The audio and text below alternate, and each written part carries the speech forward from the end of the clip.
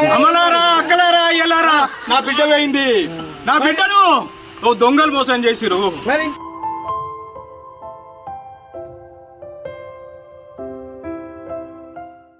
నా బిడ్డ పోయింది. నా బిడ్డకు నా చుట్టే ఉండి నా కళ్ళను పొలిసాటి చేసిర్రు.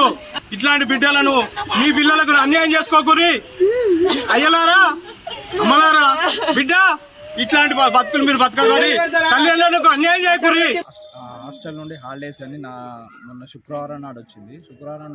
శనివారం నాడు మేము ఇదివరకు ఒకసారి డిస్కషన్ తన గురించి వస్తే మేము ఏం చేసినామంటే, అట్లాంటి మంచి ధోరణి కాదమ్మా, మంచిగా ఉండాలి అని చెప్పేసి తను చెప్తే, నాకు డాడీ నేను అట్లాంటిది కాదు, అట్లాంటి ఆలోచన లేదు, మంచిగానే ఉంటా అని చెప్పేసి మాకు అష్యూరెన్స్ ఇచ్చేసరికి నేను సరే, ఎందుకంటే ఫస్ట్ తనకు నేను ఇవ్వాల్సింది ఎడ్యుకేషన్ లైఫ్.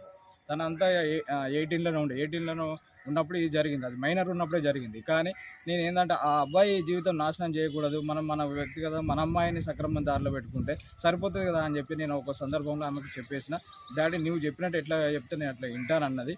ఆ తర్వాత నాకు తెలియకుండా నిన్న ఆదివారం రోజున 11:10 మాకు కొత్త ఇంటి కన్స్ట్రక్షన్ ఉంటే అక్కడికి వెళ్దామని మా భార్య భర్తలు ఇద్దరం వెళ్ళాము. వెళ్ళిన సందర్భంలో వెళ్ళిపోయింది అంటే అప్పటికే అతను ఎంత టార్చర్ పెడుతుండో ఏమో తెలియదు. వాళ్ళు ఎప్పటి నుండి స్కెచ్ చేసుకున్నారో తెలియదు.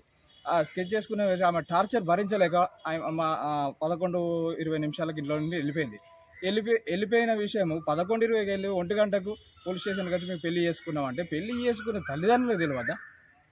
ఎవరికి తెలియకూడదు. సరే, నీకు ఎవరైనా పెద్ద మనుషులు ఉంటారు, వాడు ఉంటారు, ఏదో పెద్ద మనుషులు.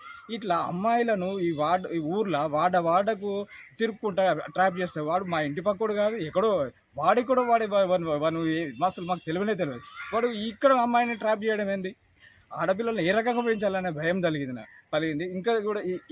ఇంకా ముందు ఇట్లాంటి జరగకూడదు. నాకు జరిగింది, సరే ఇక ఏదైనా మంచో చెడో నాకు జరిగింది, నేను అవుతున్నా. ఇంకా వేరే అమ్మాయిల ద్వారా వారి తల్లిదండ్రుల ఘోషను వినిపించకూడదని నేను వేడుకుంటున్నాను. అందరికీ నమస్కారం. ఇది నాకైతే తన గుండెల మీద పెంచుకున్నది, నాకు దుఃఖంలో ఆవేశంలో నా కూతురు, నన్ను కాదని పోయిన కూతురు, నాకు ఉన్న ఒకటి లేనట్టు నేను ఫ్లెక్సీ పెట్టుకున్నా. అది నాకైతే ఆవేదన చెంది పెట్టుకున్నాను. అసలు నేనే చనిపోయినా నేను పెట్టుకోవాల్సిన విషయంలో ఉండే, కానీ ఇక నా బాధను సమాజానికి తెలియాలనేది పెట్టుకున్నా.